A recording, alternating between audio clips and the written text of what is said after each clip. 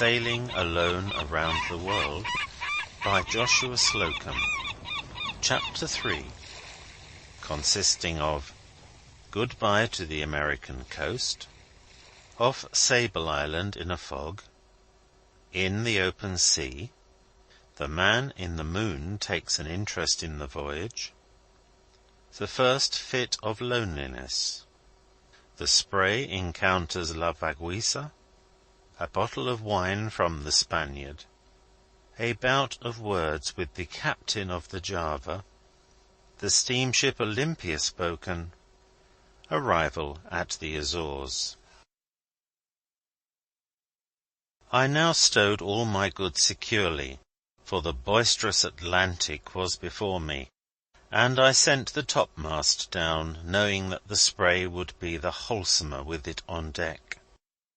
Then I gave the lanyards a pull and hitched them afresh, and saw that the gammon was secure. Also that the boat was lashed, for even in summer one may meet with bad weather in the crossing. In fact, many weeks of bad weather had prevailed. On July the 1st, however, after a rude gale, the wind came out northwest and clear, propitious for a good run. On the following day, the head sea having gone down, I sailed from Yarmouth and let go my last hold on America. The log of my first day on the Atlantic in the Spray reads briefly: 9:30 a.m. Sailed from Yarmouth. 4:30 p.m. Passed Cape Sable. Distance 3 cables from the land. The sloop making 8 knots. Fresh breeze northwest. Before the sun went down I was taking my supper of strawberries and tea in smooth water under the lee of the east coast land along which the Spray was now leisurely skirting. At noon on the 3rd of July, Iron-bound Island was abeam. The Spray was again at her best. A large schooner came out of Liverpool, Nova Scotia, this morning, steering eastwards. The Spray put her hull down astern in 5 hours. At 6:45 p.m. I was close under Chebucto Head Light, near Halifax Harbour. I set my flag and squared away, taking my departure from George's Island before dark to sail east of Sable Island. There are many beacon lights along the coast. Sambro, the Rock of Lamentations, carries a noble light, which, however, the liner Atlantic, on the night of her terrible disaster, did not see. I watched light after light sink astern as I sailed into the unbounded sea, till Sambro, the last of them all, was below the horizon. The Spray was then alone, and sailing on she held her course. July 4, at 6 a.m., I put in double reefs, and at 8:30 a.m. turned out all reefs. At 9:40 p.m. I raised the sheen only of the light of the west end of Sable Island, which may also be called the Island of Tragedies. The fog, which till this moment had held off, now lowered over the sea like a pall. I was in a world of fog, shut off from the universe. I did not see any more of the light. By the lead, which I cast often, I found that a little after midnight I was passing the east point of the island, and should soon be clear of dangers of land and shoals. The wind was holding free, though it was from the foggy point south-southwest. It is said that within a few years Sable Island has been reduced from 40 miles in length to 20, and that of 3 lighthouses built on it since 1880, 2 have been washed away, and the 3rd will soon be engulfed. On the evening of July the 5th, the Spray, after having steered all day over a lumpy sea, took it into her head to go without the helmsman's aid. I had been steering south-east by south, but the wind hauling forward a bit, she dropped into a smooth lane heading southeast, and making about 8 knots her very best work. I crowded on sail to cross the track of the liners without loss of time, and to reach as soon as possible the friendly Gulf Stream. The fog lifting before night, I was afforded a look at the sun just as it was touching the sea. I watched it go down and out of sight.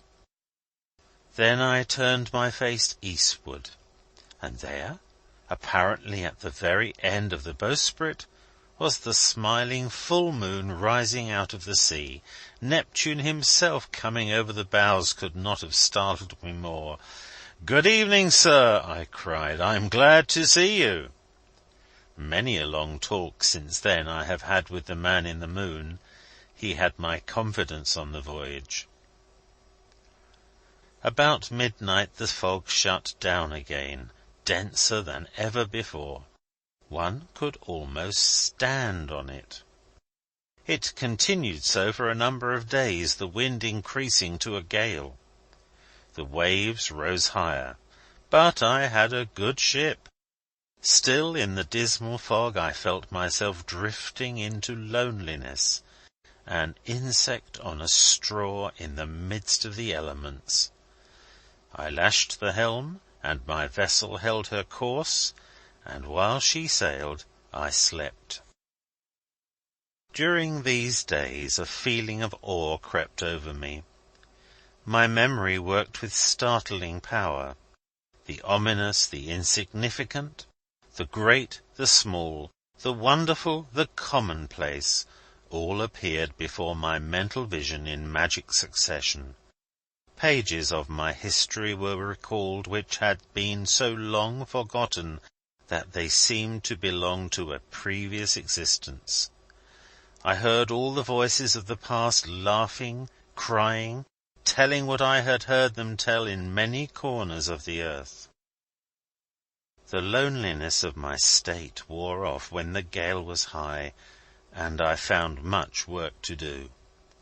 When fine weather returned, then came the sense of solitude which I could not shake off. I used my voice often, at first giving some order about the affairs of a ship, for I had been told that from disuse I should lose my speech. At the meridian altitude of the sun I called aloud, 8 bells, after the custom on a ship at sea. Again from my cabin I cried to an imaginary man at the helm, "How does she head there?"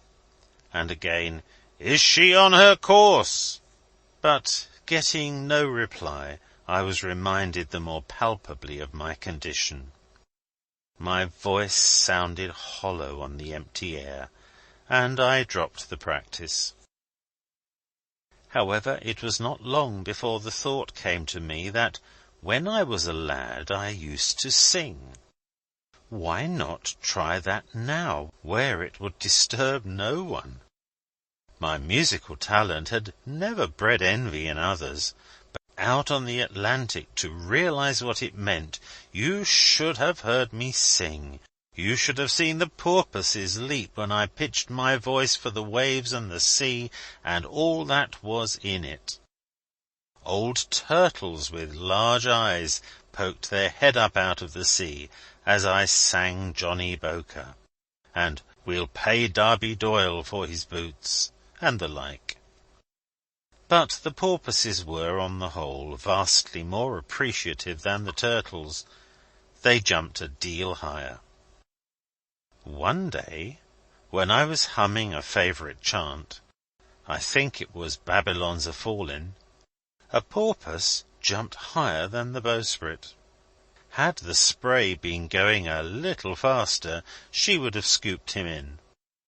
The sea-bird sailed round rather shy. July 10, 8 days at sea. The spray was 1,200 miles east of Cape Sable. 150 miles a day for so small a vessel must be considered good sailing. It was the greatest run on the Spray ever made before or since in so few days. On the evening of July 14, in better humour than ever before, all hands cried, "Sail ho!" The sail was a barkentine, 3 points on the weather bow, hull down. Then came the night. My ship was sailing along now without attention to the helm. The wind was south, she was heading east. Her sails were trimmed like the sail of the Nautilus. They drew steadily all night. I went frequently on deck, but found all well. A merry breeze kept on from the south. Early in the morning of the 15th, the Spray was close aboard the Stranger, which proved to be La Vaguisa of Vigo, 23 days from Philadelphia, bound for Vigo. A lookout from his masthead had spied the Spray the evening before. The captain, when I came near enough, threw a line to me and sent a bottle of wine across, slung by the neck, and very good wine it was. He also sent his card, which bore the name of Juan Gantes. I think he was a good man, as Spaniards go, but when I asked him to report me all well, the Spray passing him in a lively manner, he hauled his shoulders much above his head, and when his mate, who knew of my expedition, told him that I was alone, he crossed himself and made for his cabin. I did not see him again. By sundown he was as far astern as he had been ahead the evening before. There was now less and less monotony. On July 16 the wind was northwest and clear, the sea smooth, and a large bark, hull down, came in sight on the lee bow. And at 2:30 p.m. I spoke to the stranger. She was the bark Java of Glasgow, from Peru for Queenstown for orders. Her old captain was bearish, but I met a bear once in Alaska that looked pleasanter. At least, the bear seemed pleased to meet me, but this grizzly old man? Well, I suppose my hail disturbed his siesta, and my little sloop passing his great ship had somewhat the effect on him that a red rag has upon a bull. I had the advantage over heavy ships by long odds, in the light winds of this and the 2 previous days. The wind was light, his ship was heavy and foul, making poor headway, while the Spray, with a great mainsail bellying even to light winds, was just skipping along as nimbly as one could wish. "How long has it been calm about here?" roared the captain of the Java, as I came within hail of him. "Dunno, captain," I shouted back as loud as I could bawl. "I haven't been here long." At this the mate on the forecastle wore a broad grin. "I left Cape Sable 14 days ago," I added.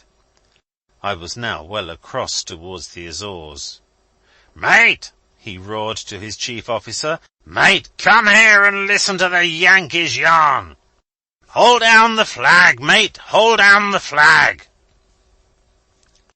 In the best of humour, after all, the Java surrendered to the Spray.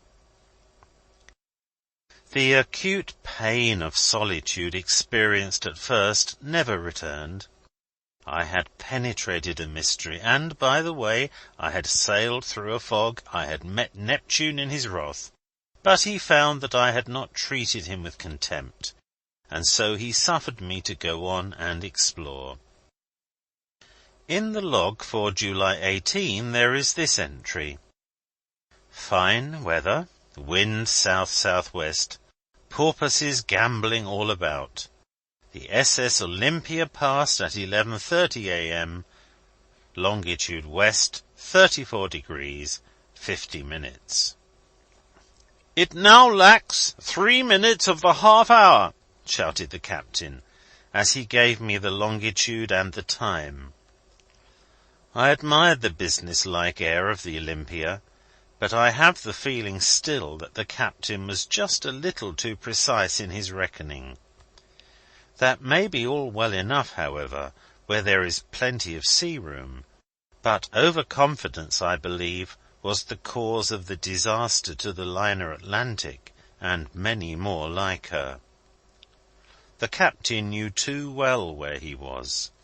There were no porpoises at all skipping along with the Olympia. Porpoises always prefer sailing ships. The captain was a young man, I observed, and had before him, I hope, a good record. Land ho! On the morning of July 19, a mystic dome like a mountain of silver stood alone in the sea ahead. Although the land was completely hidden by the white, glistening haze that shone in the sun like polished silver, I felt quite sure that it was Flores Island. At 4:30 p.m. it was abeam. The haze in the meantime had disappeared. Flores is 174 miles from Fayal, and although it is a high island, it remained many years undiscovered after the principal group of the islands had been colonized. Early on the morning of July 20, I saw Pico looming above the clouds on the starboard bow. Lower lands burst forth as the sun burned away the morning fog, and island after island came into view. As I approached nearer, cultivated fields appeared, and, oh, how green the corn! Only those who have seen the Azores from the deck of a vessel realize the beauty of the mid-ocean picture. At 4:30 p.m. I cast anchor at Fayal, exactly 18 days from Cape Sable. The American consul in a smart boat came alongside before the spray reached the breakwater, and a young naval officer, who feared for the safety of my vessel, boarded and offered his services as pilot.